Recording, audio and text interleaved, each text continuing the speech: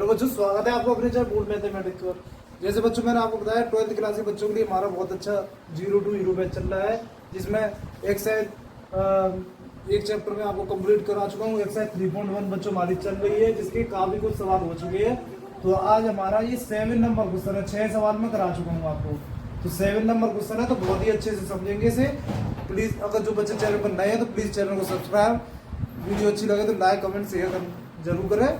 तो चलिए धमाकेदार तरीके से सेशन की शुरुआत करते हैं।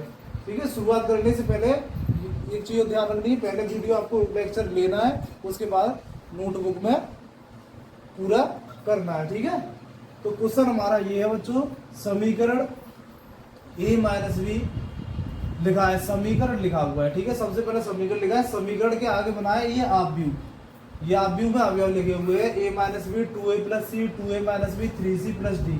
इसके आगे एक और आव्यूह लिखा है बराबर में -1 5 0 13। दो आव्यूह लिखे हैं, दोनों आव्यूह आपस में कैसे हैं, दोनों आव्यूह आपस में बराबर है, क्योंकि बराबर का चिन्ह लगा हुआ है। तो ऐसी स्थिति में हमें ये 4 वैल्यू निकालनी है। कितनी value? 4। A B C D की वैल्यू निकालनी है बच्चों। तो चारों वैल्यू निकालने के लिए क्या करेंगे? सबसे पहले इसमें देखिए, सबसे पहले क्या करना है, जैसे इसमें a माइनस बी, देखो पहला अवयव, इस आव्यूह का ये पहला अवयव है बच्चों, तो इसका ये पहला अवयव दूसरे आव्यूह के पहले अवयव के बराबर होगा। आव्यूह का दूसरा अवयव है ये, आव्यूह का दूसरा अवयव दूसरे आव्यूह के दूसरे अवयव के बराबर होगा। पहले आव्यूह का तीसरा अवयव दूसरे आव्यूह के तीसरे अवयव के बराबर होगा। पहले आव्यूह का चौथा अवयव दूसरे आव्यूह के चौथे अवयव के बराबर होगा। तो ऐसे लिखने हैं पहले आपको। a माइनस बी के सामने कितना लिखा है? 1। a माइनस बी के बराबर में -1 नंबर एक समीकरण।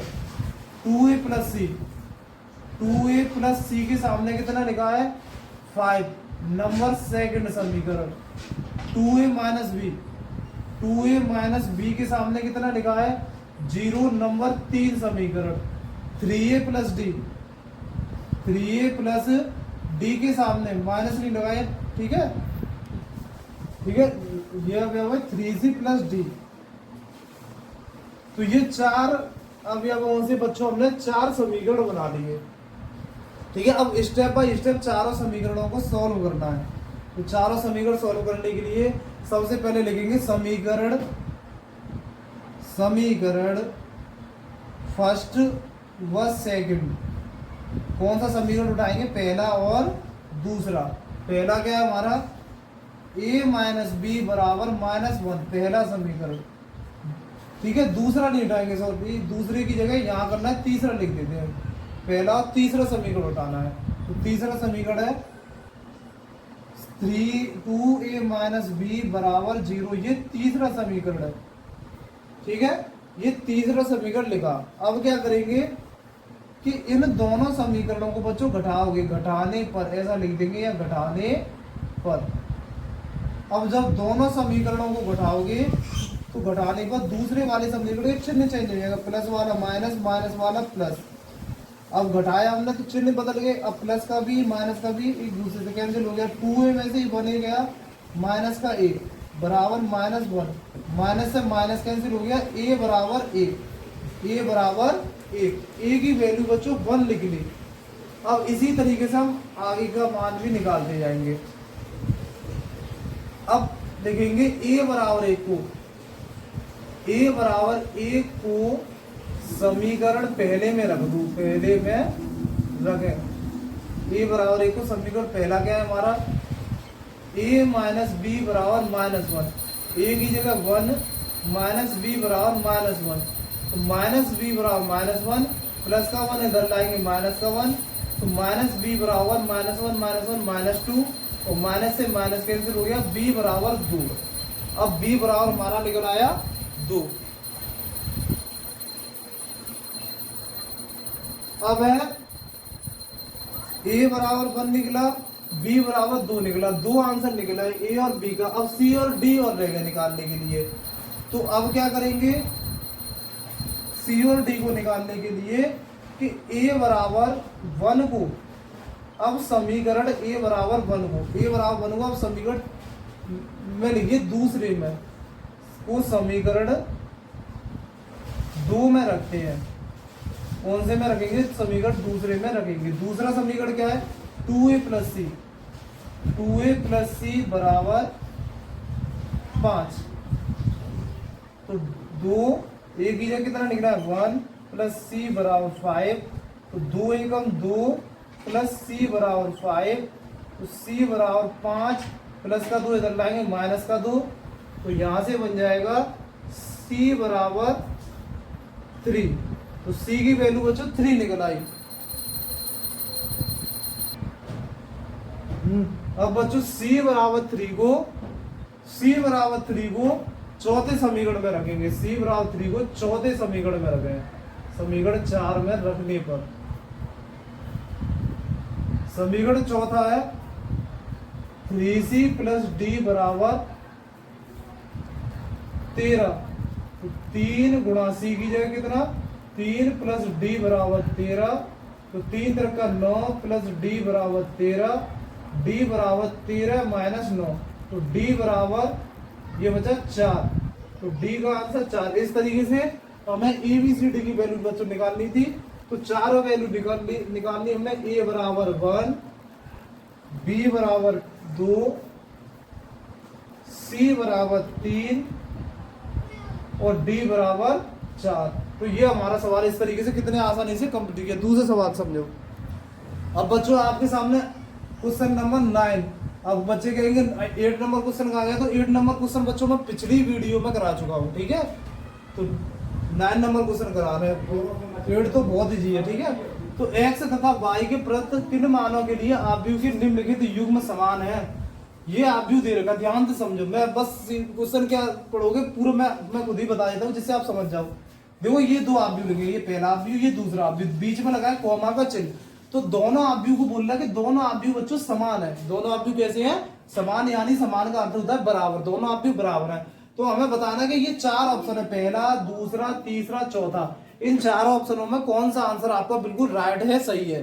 तो इसके लिए क्या करोगे? सबसे पहले आप दोनों आव्यूह क्या बोल रहा है? वो समान है। तो दोनों आव्यूह समान है तो सबसे पहले दोनों आव्यूह लिख लोगे। दोनों आव्यूह को फटाफट लिख लेंगे। 3x plus 7 5, y plus 1 2 minus 3x, ये आव्यूह लिखा। अब दूसरा आव्यूह लिखिए। दूसरा आव्यूह क्या है? 0 y माइनस 2 8 4, ये दूसरा आव्यूह लिखा। अब दोनों आव्यूह कैसे हैं? दोनों आव्यूह बच्चों समान, समान का मतलब बराबर। दोनों आव्यूह बराबर हो गए। अब बराबर से क्या तात्पर्य होता है? कई बार बताया, बराबर का मतलब ये होता है कि जब दोनों आव्यूह आपस में बराबर होते हैं तो प्रत्येक आव्यूह का प्रत्येक अवयव, जैसे पहला अवयव आव्यूह के पहले अवयव के बराबर, दूसरा अवयव दूसरे के बराबर, तीसरा तीसरे के बराबर, चौथा चौथे के बराबर, इस तरीके से होता है। तो लिखेंगे 3x प्लस 7, 3x प्लस 7 पहला अवयव, इसका पहला अवयव 0। तो दोनों बराबर हो गए। क्यों बराबर हो गए? बोल दिया, क्योंकि दोनों अवयव आपस में बराबर हैं। तो बराबर होने की स्थिति में अवयव आपस में कैसे हो जाते हैं? इक्वल। तो ये पहला समीकरण बन गया। दूसरे नंबर पर 5 के सामने कितना है? y माइनस 2, नंबर सेकंड समीकरण। अगला नंबर y प्लस 1 के सामने कितना है? 8, नंबर थर्ड समीकरण। और इससे भी अगला नंबर है 2 माइनस 3x के सामने कितना है? 4, ये है नंबर 4 समीकरण। अब आपको निकालना क्या है? x y की वैल्यू निकालनी है। तो बहुत ही इजी क्वेश्चन है बच्चों ये। आव्यूह और जो सारणी को होता है वो चैप्टर बहुत इजी होता है। 12th का मैथ ही बहुत इजी है बच्चों। बस इसमें कुछ चैप्टर ऐसे होते हैं जो डिफिकल्ट है। इसकी अपेक्षा आप अगर 11th का मैथ सीखोगे तो उसमें 12th के मैथ की अपेक्षा डिफिकल्टी लगेगी आपको। तो यहां से फटाफट लिखेंगे पहला समीकरण। यहां लिखो समीकरण 1 से 3x प्लस 7 बराबर 0। तो 3x बराबर प्लस का 7 इधर लाइए, माइनस का 7, 3x बराबर माइनस का 7। तो x बराबर माइनस 7, ये बटे में आ जाएगा 3। तो x की वैल्यू कितनी निकल आई? माइनस 7/3। x की वैल्यू माइनस 7/3, ठीक है। अब नेक्स्ट नंबर है हमारा कि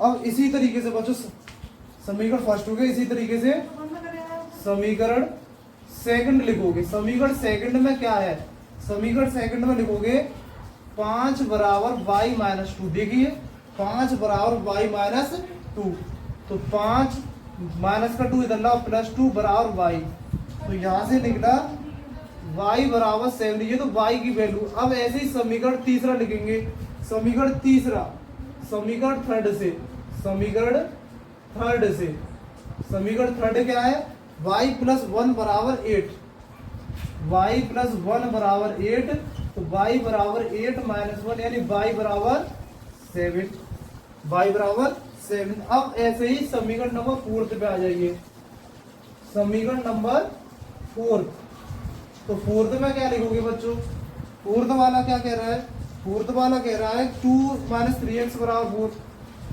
2 माइनस 3x बराबर 4, तो 2 प्लस का 4 इधर लाओ, माइनस का 4, माइनस का 3x बराबर की दूसरी तरफ प्लस के 3x, 4 में से 2 गए माइनस 2 बराबर 3x, तो x बराबर माइनस 2/3। यार डायरेक्ट कर दिया, थोड़ा ध्यान रखेंगे इस तरीके से, माइनस 2 और 3 को इधर लेके आएंगे बटे में आ जाएगा, x बराबर माइनस 2/3 जो घुमाकर लिख दिया, x बराबर माइनस 2/3। तो अब यहाँ देखोगे बच्चों x की वैल्यू तो देखो साथ साथ आ रही है, परंतु y की वैल्यू 1 7/3 क्या 1 माइनस 2/3। तो ऐसा कैसे संभव, किसी भी अवयव में जब भी हम अवयव निकालते हैं तो x की वैल्यू समान होनी चाहिए, y की वैल्यू भी इक्वल होनी चाहिए। यहाँ वैल्यू अलग अलग दे रहा है, अब जब वैल्यू ही अलग अलग हो रही है यानी वैल्यू इक्वल नहीं बैठ रही है, यहाँ x की वैल्यू देखो 2/3, यहाँ x की वैल्यू अलग है, यहाँ x की वैल्यू 7/3, तो वैल्यू आपस में बराबर नहीं है। जब वैल्यू आपस में बराबर नहीं है तो ये इसका आंसर है ज्ञात करना संभव नहीं है। कौन सा ऑप्शन हो जाएगा, ज्ञात करना संभव नहीं है, इनमें से कोई भी ऑप्शन नहीं मिल रहा है। तो इससे अवयव बनाना, ये युग्म आपस में कैसे प्रदत्त मानों के लिए अवयव के युग्म समान नहीं है। तो बच्चों आपको ये समझाया गया कि अवयव दोनों अवयव